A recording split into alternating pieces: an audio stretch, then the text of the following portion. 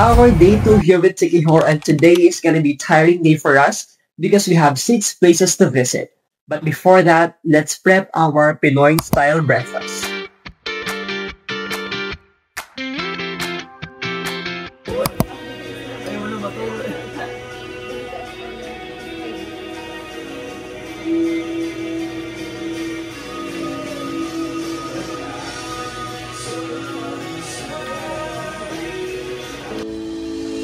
Alis ka lang, kung ayaw magpawat.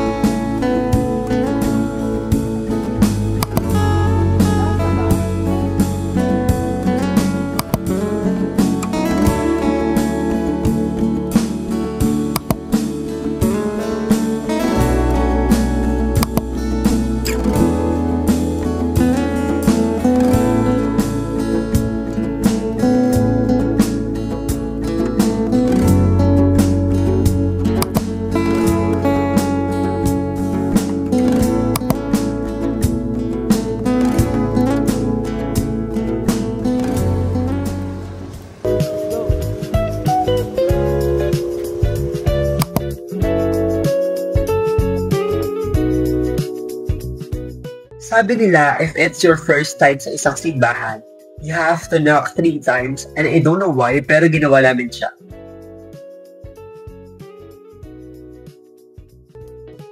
Yung Lassie Church ay kaharap lang ng Lassie Convent, which is considered as one of the largest and oldest convents in the Philippines as well as in Asia. Before entering, you just have to pay 30 pesos for entrance fee.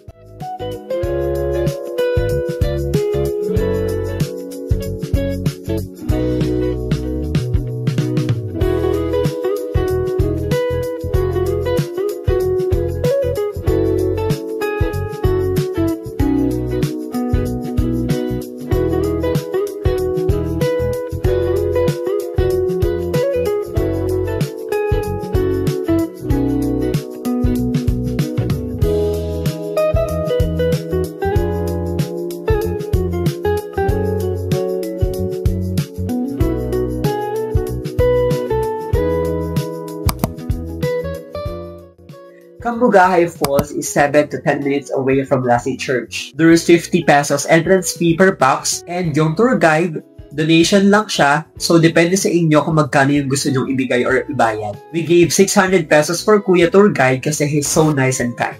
135 steps going down and you will see the paradise. I suggest to wear your aqua shoes going here para mas safe and comfy na rin pag naglalakad kayo pababa at pataas, since lalakad kayo sa may mga tubig na part.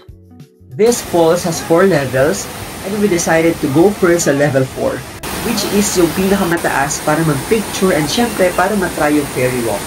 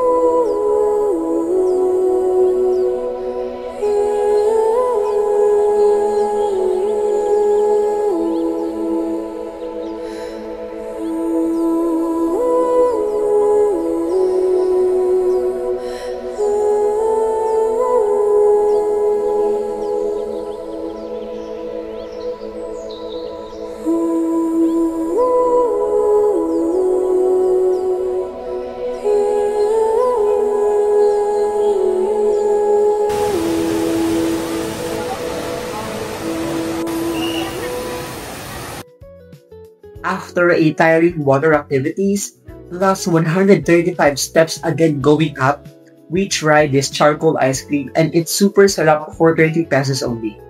For me, must try yung mango and charcoal together.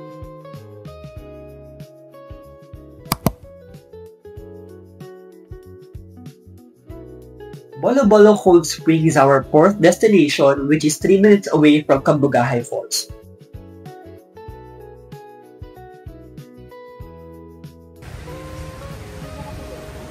Super ganda ng spring, malinis and malinaw yung water.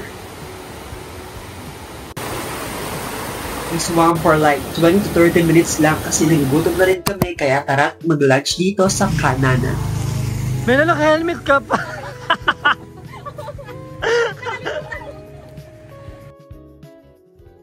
Super affordable lang yung mga foods nila dito, perfect for small or big group, plus sobrang sarap as in. After lunch, we are now heading to Lagaan Falls.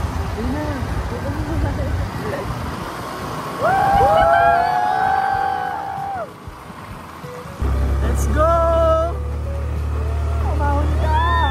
Kaya yan. Yung ako nagabo.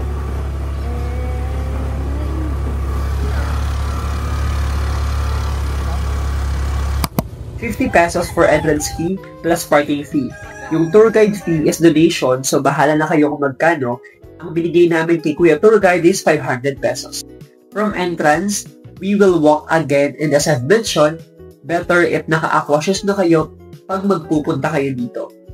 Malalang cardio and leg day for today pero kakayanin. 8 to 10 minutes walk going down, depende kung gaano kayo kabilis.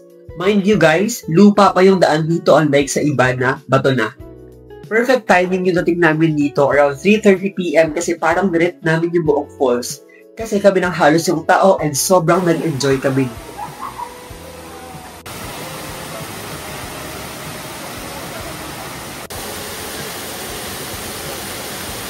Nakaya mo nga yung gusto mo sa kasi. I mean, mababaw ng babag sa akin.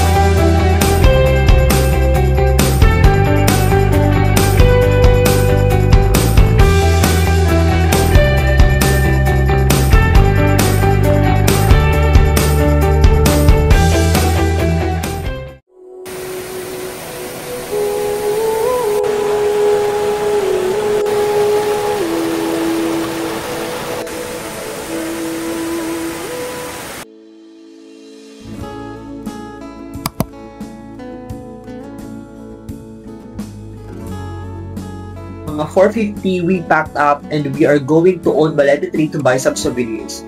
Pwede kayang bumili dito, pero kung gusto nyo ng mas mura, sa may public market sa San Juan kayo bumili. We didn't go inside kasi hindi namin gusto magpa-foot massage, so bumalik na kami sa villa namin to watch the sunset and mag-wash up and dinner because tonight is party night.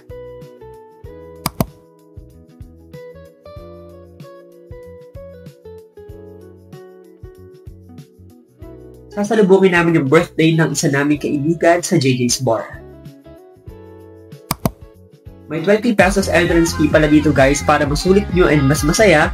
Pumunta kayo dito ng Friday to Saturday para may live band.